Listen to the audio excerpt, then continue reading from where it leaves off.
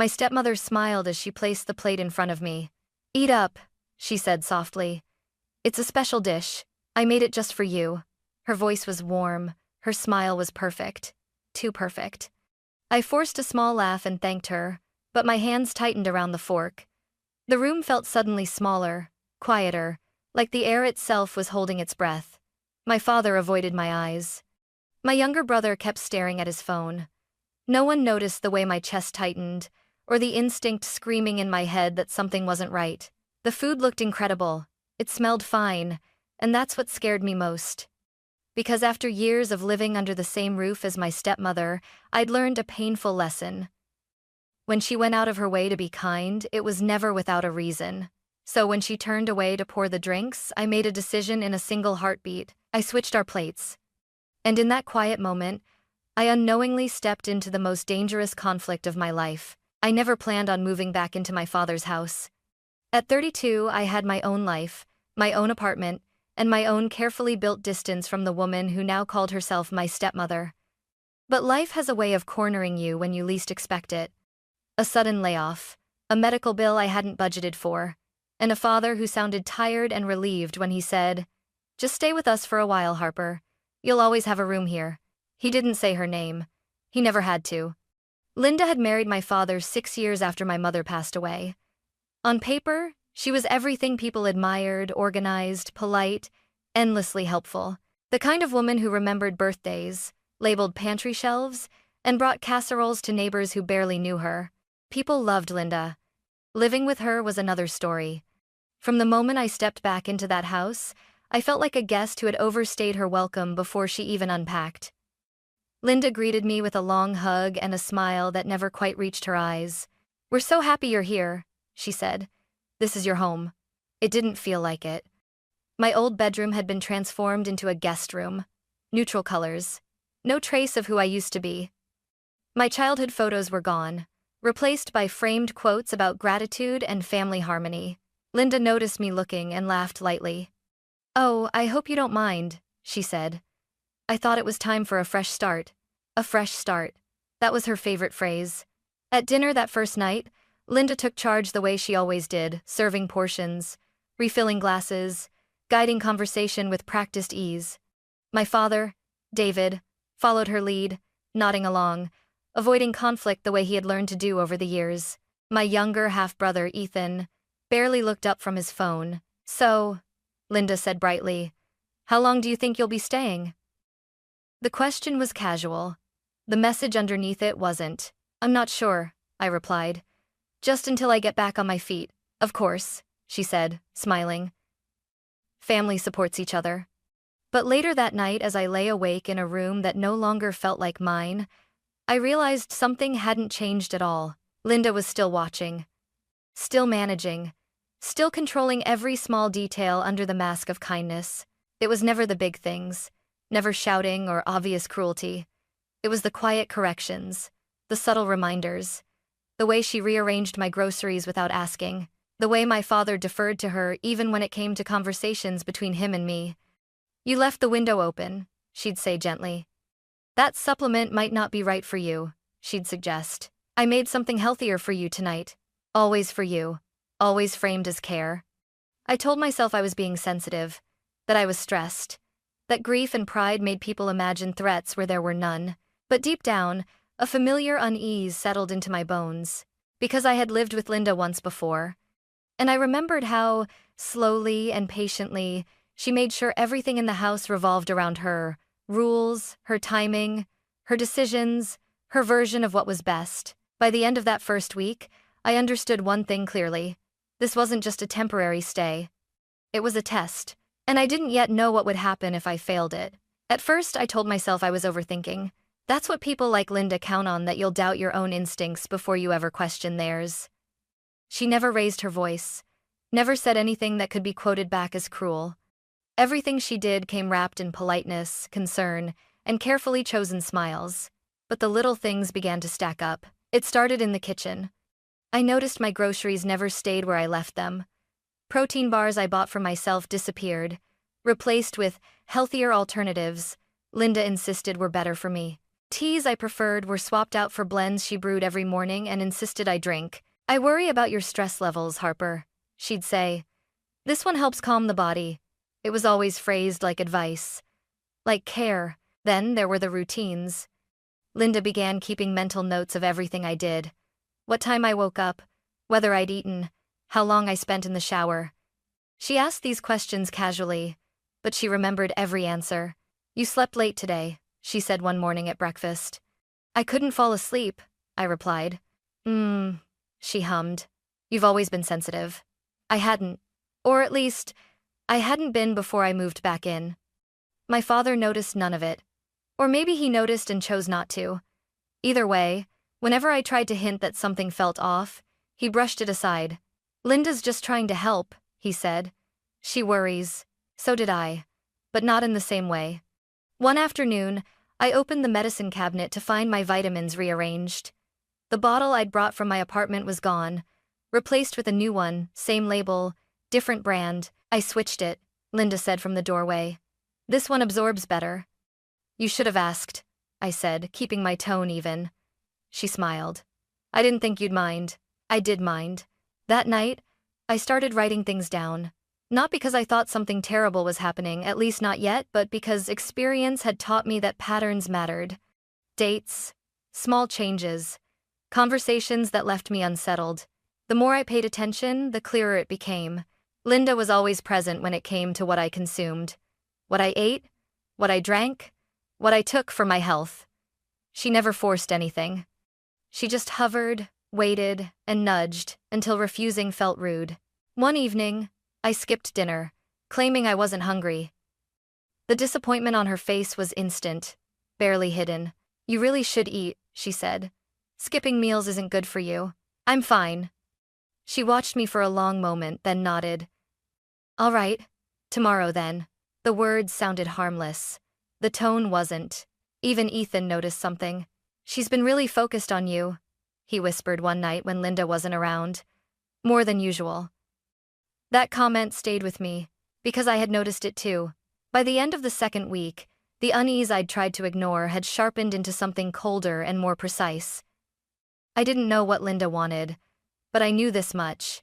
She was testing boundaries, seeing how much control she could exert without being questioned, seeing how compliant I'd be, seeing how much my father would overlook in the name of peace. And the more I pulled back, the more attentive she became.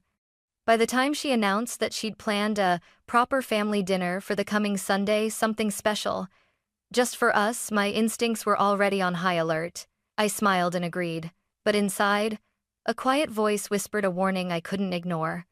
Whatever Linda was preparing, it wasn't just a meal, and Sunday was going to matter. Sunday arrived wrapped in false calm. The house smelled different that afternoon, richer, heavier, layered with spices Linda rarely used.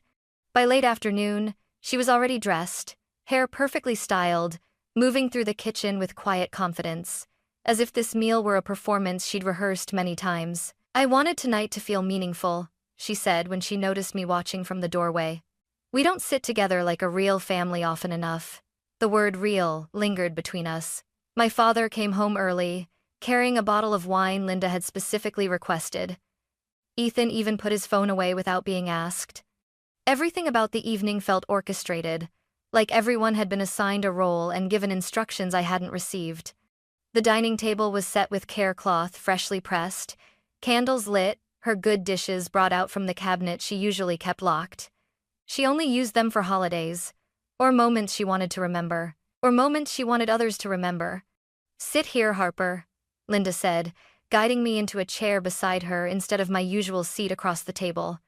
Her hand lingered on my shoulder just a second too long. Dinner began pleasantly enough. Small talk, compliments about the food. Linda accepted praise modestly, brushing it off with a laugh. "Oh, it was nothing," she said. "I just wanted to do something nice." But I noticed she hadn't served the plates yet. Instead, she carried mine separately from the kitchen, holding it with both hands as if it were fragile. "This one is yours," she said, smiling. "It's a special dish." My stomach tightened. "Special how?" I asked lightly. She tilted her head. "You always ask so many questions." The others laughed. I forced a smile and took the plate. The food looked perfect, carefully arranged, thoughtfully portioned, the kind of meal that belonged in a magazine spread. I lifted my fork, pretending to admire it, but something deep in my chest refused to relax. Linda watched me closely.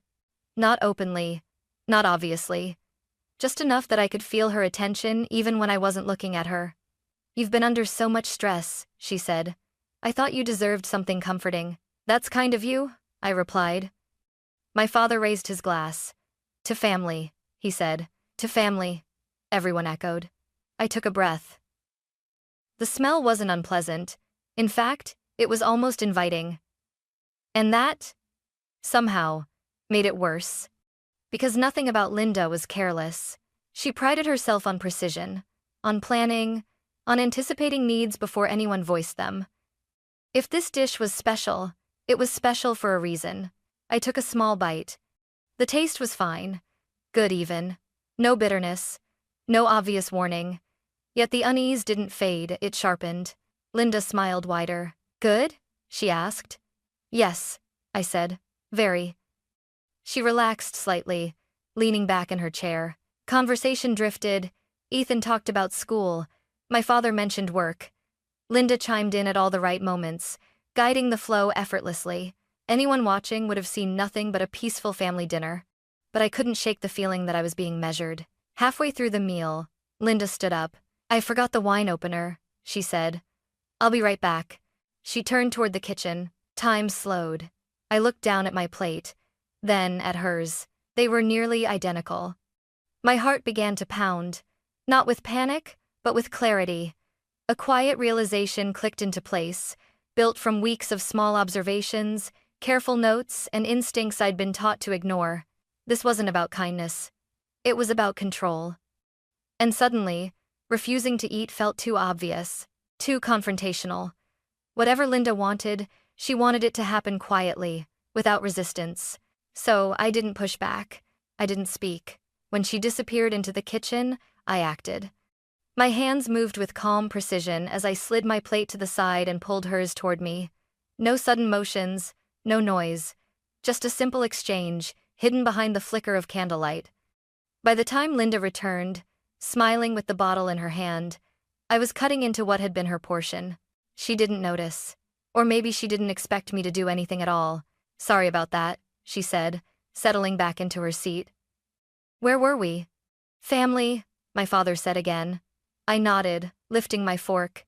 And as Linda took her first bite of what she believed was meant for me, I realized this dinner was no longer just about survival. It was about truth. And once it revealed itself, nothing in this house would ever be the same again. For a few minutes, nothing happened. That was the strangest part. The candles burned steadily. Cutlery clicked against porcelain. My father laughed at something Ethan said, unaware that the air around us had changed completely. I chewed slowly, forcing myself to look relaxed, forcing my breathing to stay even. Across from me, Linda ate with quiet confidence. I watched her carefully, not like a daughter watching a mother, but like someone observing a process, waiting for a result. Her movements were controlled, deliberate. She took small bites, dabbed her lips with her napkin, nodded approvingly at the flavor. "You did a wonderful job," my father said. Linda smiled. "I'm glad everyone's enjoying it." Had. Kaz temper as lakes and be as standing. Her eyes flicked toward me. "Especially you, Harper." "I am," I said, meeting her gaze. "It's comforting." The word landed between us like a test. She studied me for a second longer than necessary, then looked away. I felt a strange calm settle over me, not relief, but certainty. Whatever she expected from this dinner, she wasn't getting it the way she planned. Minutes passed. Then Linda shifted in her chair. It was subtle. A slight adjustment, as if she couldn't quite get comfortable. She set her fork down, then picked it up again. "You all right?" my father asked. "Of course," she replied quickly. "Just warm in here." She reached for her water, took a longer sip than usual. I kept eating. My pulse hammered in my ears, but outwardly, I was composed. I talked when spoken to. I smiled when appropriate. Inside, every second stretched, heavy with anticipation and dread. I didn't want anything bad to happen. That was the truth no one would ever believe. I didn't want revenge. I didn't want punishment. I wanted answers. I wanted confirmation that the quiet fear I'd been carrying wasn't imagined. Linda cleared her throat. "Harper," she said suddenly, her voice a touch strained.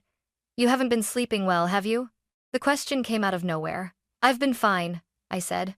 She frowned. "You seem tense." My father looked between us. "Linda, maybe." "I'm just concerned," she interrupted. "You know how sensitive Harper can be." Sensitive. The words scraped against me. I set my fork down and folded my hands in my lap. "I feel great," I said evenly. "Why do you ask?" She hesitated. Just for a moment. Then she smiled again, but the warmth was gone. "No reason." Another minute passed, then another. Linda pressed a hand lightly against the table. "I think I need to sit back," she said. "Just for a second." My father stood. "Do you want me to—" "I'm fine," she snapped, then immediately softened her tone. I'm fine. Probably just tired." She leaned back in her chair, breathing a little more deliberately now. Ethan glanced up from his phone, confused. "Mom?" "I said I'm fine," she repeated. I watched her carefully, every instinct alert. This wasn't about panic or shock, it was about control slipping. About a plan not unfolding the way it should. Linda hated uncertainty, and now it was written across her face. "Maybe we should call someone," my father suggested cautiously. Linda shot him a sharp look. "Don't be dramatic." I stood up. "I'll get you some fresh air," I said. "Maybe that will help." She looked up at me, eyes narrowing. "No," she said. "Sit down." The command was instinctive, unfiltered. My father stared at her. "Linda?" She realized what she'd done and forced a laugh. "I just don't want Harper fussing. She worries too much." I didn't sit. Instead, I walked to the sideboard and poured myself a glass of water, buying time, watching reflections in the glass cabinet. Linda's posture was rigid now. Her composure, so carefully built, was cracking. "I think we should slow down," my father said. "You don't look well." "I said I'm fine," Linda repeated, her voice tight. This time, I spoke. "Linda," I said calmly, "what exactly did you put in that dish?" The room froze. Ethan's phone dropped onto the table with a soft thud. My father turned toward me, eyes wide. "What kind of question is that?" Linda asked, laughing too loudly. "You make it sound like what?" I pressed. She stood abruptly, gripping the back of her chair. "Harper," she said through clenched teeth, "you're being inappropriate." My heart pounded, but my voice stayed steady. "I'm being careful." The silence that followed was heavy, suffocating. Linda looked around the table, realizing for the first time that she no longer controlled the narrative. "I think we need to take a break," my father said. "This is getting uncomfortable." Linda swayed slightly. Just enough that my father reached out instinctively to steady her. "I don't need help," she snapped, shaking him off. But she did. And everyone could see it now. I stepped back, giving space, refusing to touch her, refusing to escalate. My mind was already moving ahead toward documentation, toward witnesses, toward what would come next. This wasn't a family argument anymore. It was an incident. And for the first time since I'd walked back into this house, the power had shifted. Linda looked at me then, not with false kindness, not with control, but with something raw and exposed. Fear. Whatever she had intended for me that night had failed. And as my father reached for his phone, asking whether he should call for help, I knew one thing with absolute clarity. This was only the beginning. Because once a mask slips, it never fits the same way again. The house didn't erupt into chaos. That surprised me. There was no shouting, no dramatic collapse, no scene anyone would later describe as unthinkable. Instead, the tension thickened into something heavy and undeniable, pressing down on all of us until even breathing felt deliberate. My father stood frozen near Linda's chair, his phone half raised in his hand. "I think we should call someone," he said again. Quieter now. "Just to be safe." Linda's eyes locked onto his. "No," she said sharply. "Absolutely not." Her voice carried authority, the same tone she used when bills were due, when decisions were made, when disagreement was no longer an option. For years, that tone had worked. This time it didn't. "Dad," I said gently, "it's okay to ask for help." Linda turned toward me, And for the first time, she didn't bother pretending. The smile was gone. What remained was calculation. "Harper," she said slowly, "you're overreacting." "I'm responding," I replied. "There's a difference." Ethan stood up, uncertainty written all over his face. "Mom, you don't look okay." That did it. Linda realized she'd lost the room. My father lowered his phone, conflicted, torn between the woman he'd chosen and the daughter he'd raised. I could see years of avoidance crashing into a single moment of responsibility. "I'm calling," he said finally. Linda's hand shot out, gripping his wrist. "Don't," she said. "You'll regret it." The words weren't loud. They didn't need to be. I took a step back, creating distance, giving everyone space to witness what was happening without interference. My heart was racing, but my mind was clear. This was no longer about me proving anything. It was about others seeing it for themselves. My father gently pulled his hand free and stepped away from her. "I'm making the call," he repeated. Linda stared at him as if she didn't recognize him anymore. While he spoke quietly into the phone, I moved through the room, doing what instinct told me to do. I took photos of the table, the plates, the untouched portions of food. I wrote down the time. I noted who was present and what had been said, not out of malice. Out of self-preservation. Linda noticed. "What are you doing?" she demanded. "Protecting myself," I said calmly. She laughed, short and brittle.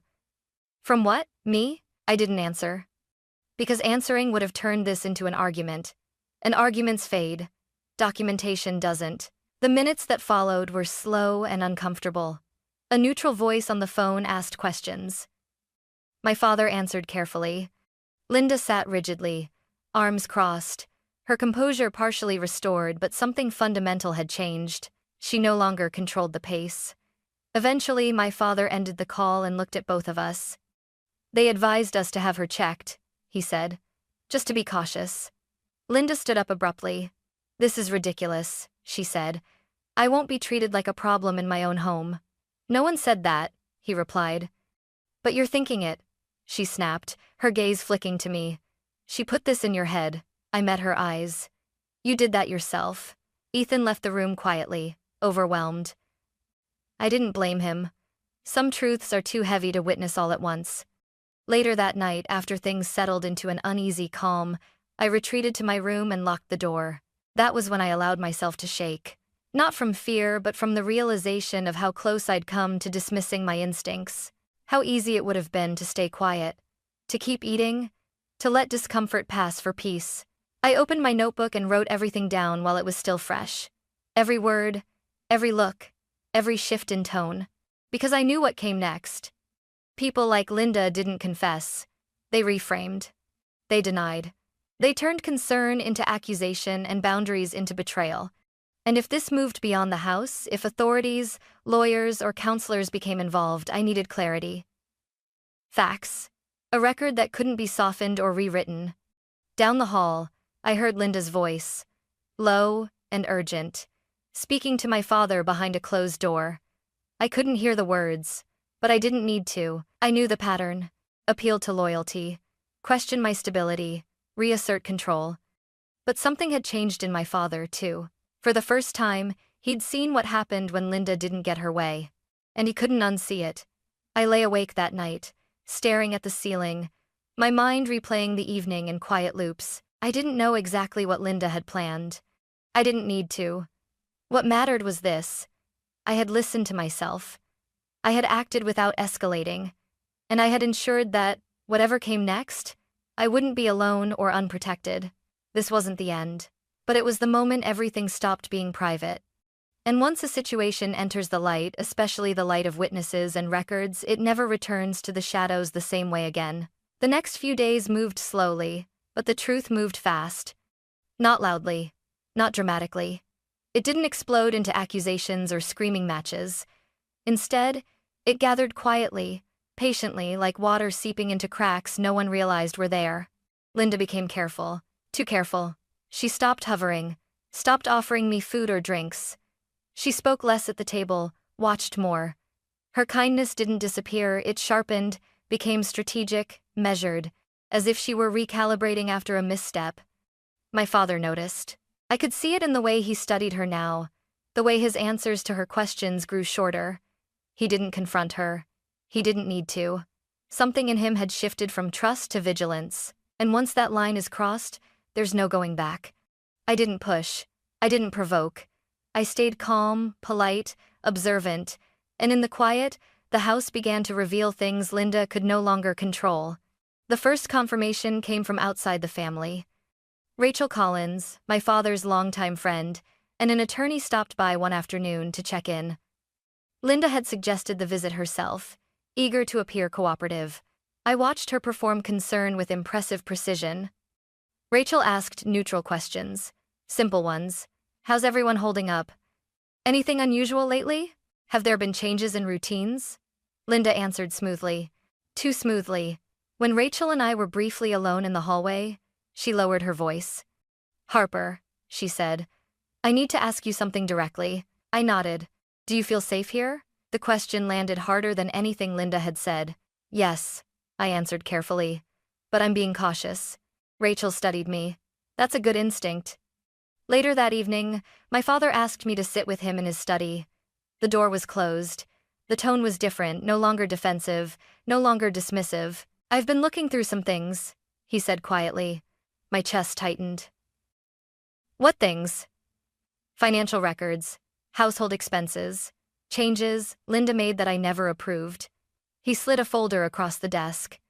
Inside were printouts, emails, account statements, notes I hadn't seen before. Linda had been redirecting mail, making small financial adjustments under the guise of efficiency, scheduling appointments on my father's behalf without telling him. Nothing illegal on its own, but together, it formed a pattern. She said she was helping, he said, voice unsteady, that she was easing my burden. She was managing outcomes, I replied gently, not people. He looked up at me, eyes red. I didn't want to see it. I know. That was the moment the truth stopped being theoretical. It became personal. Over the next week, more pieces fell into place. Ethan admitted hesitantly that Linda had told him not to worry about me, that I was emotional, that I misinterpreted things. She'd asked him to keep an eye on me, to tell her if I skipped meals, if I seemed off. He looked ashamed when he told me. I didn't think it was bad, he said. She said she was protecting Dad. She was isolating him, I said quietly, and controlling the narrative. The hardest revelation came last. Rachel called us in for a formal conversation. Linda wasn't invited. There are enough indicators here, Rachel said, folding her hands, to justify protective steps. My father's face drained of color. What kind of steps? Boundaries, she said firmly. Documentation, and potentially legal separation of responsibilities. Linda had crossed a line that couldn't be uncrossed, not in one dramatic act, but in accumulation, in intent, in the quiet confidence that no one would challenge her authority. When my father confronted her that night, I stayed in my room. I didn't need to hear the words. I heard the tone. Her voice controlled, then sharp, then wounded. His tired, steady, finally resolute. No yelling. Just the sound of something unraveling that had been held together by silence for too long. Later, he knocked on my door. I'm sorry, he said simply, for not listening sooner. That apology mattered more than any accusation. Linda moved into the guest room the next day. Temporary, she said. Just until things calm down. But control doesn't survive scrutiny. Rachel drafted formal boundaries. Financial access was restricted. Medical decisions required consent. Communication was documented, not punishment protection. Linda didn't rage. She didn't cry. She smiled, but the smile didn't reach her eyes anymore. And for the first time since I'd returned to that house, I felt something loosen in my chest. Not relief, not victory, clarity. Whatever Linda had intended, whatever she believed she could orchestrate it, had failed the moment I chose awareness over comfort. The truth hadn't rushed. It had waited. And now that it was fully visible, there was no version of events where it could be put back in the dark. What remained was the final confrontation. Not with anger, with accountability.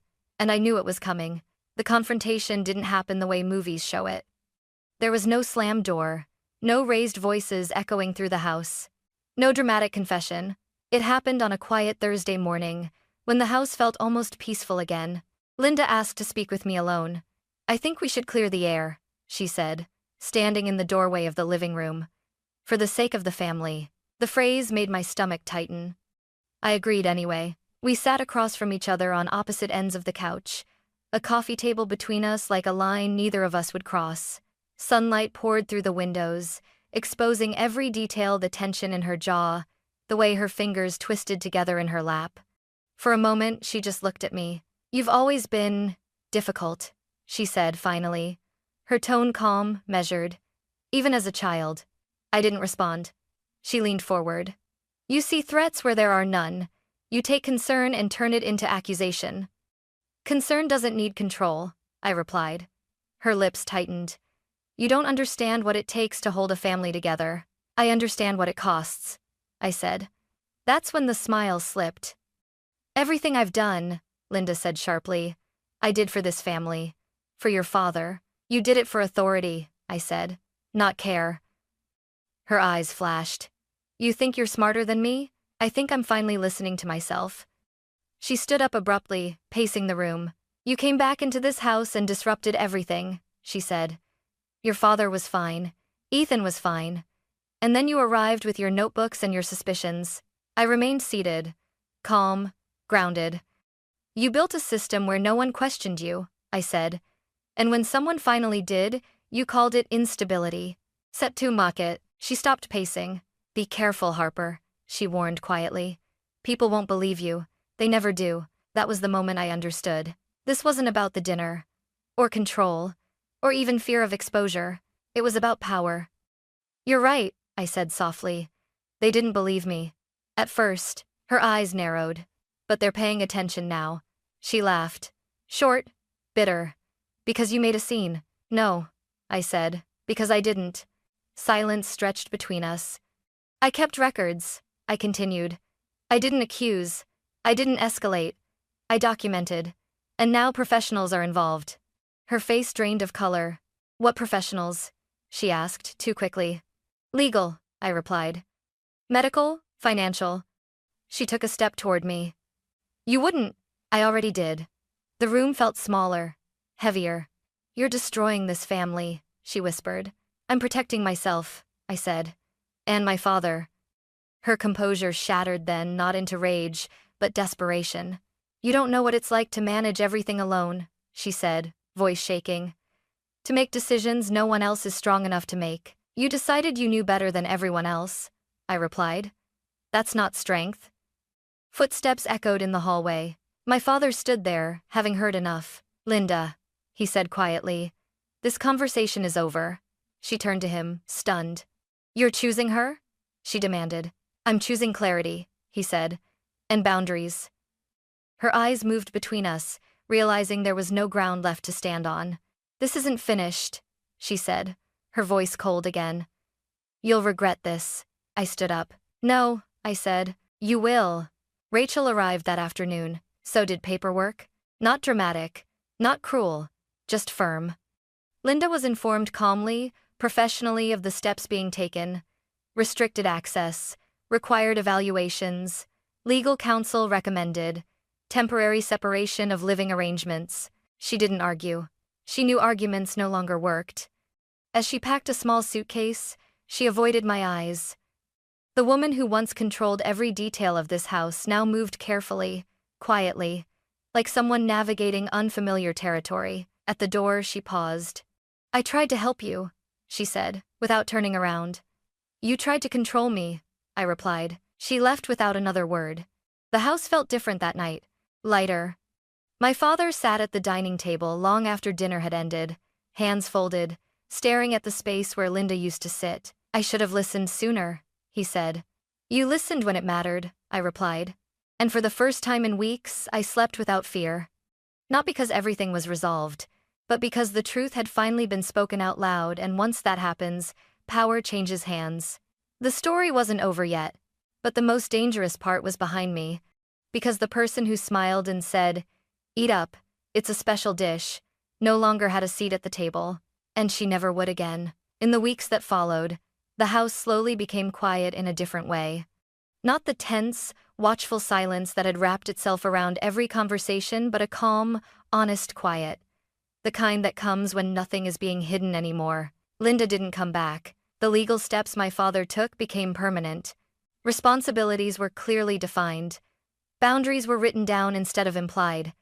For the first time in years, decisions were made openly, with consent and documentation, not control disguised as care. Ethan relaxed. He laughed more. He stopped looking over his shoulder, and my father, my real father, began to feel like himself again. He asked questions. He trusted his instincts. He apologized more than once, not out of guilt, but out of growth. As for me, I didn't leave right away. I stayed long enough to make sure the system protecting us was solid. Long enough to know that if I walked out that door, I wouldn't be leaving chaos behind me. I wasn't running anymore.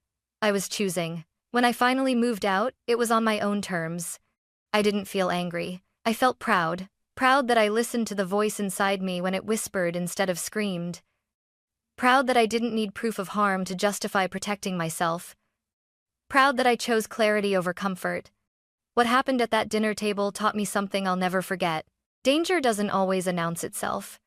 Sometimes it smiles. Sometimes it speaks softly. Sometimes it says, "Eat up, it's a special dish." And sometimes, the bravest thing you can do is pause, trust yourself, and quietly refuse to play the role someone else has written for you. I didn't win by confronting her. I won by seeing clearly, and by choosing myself before it was too late.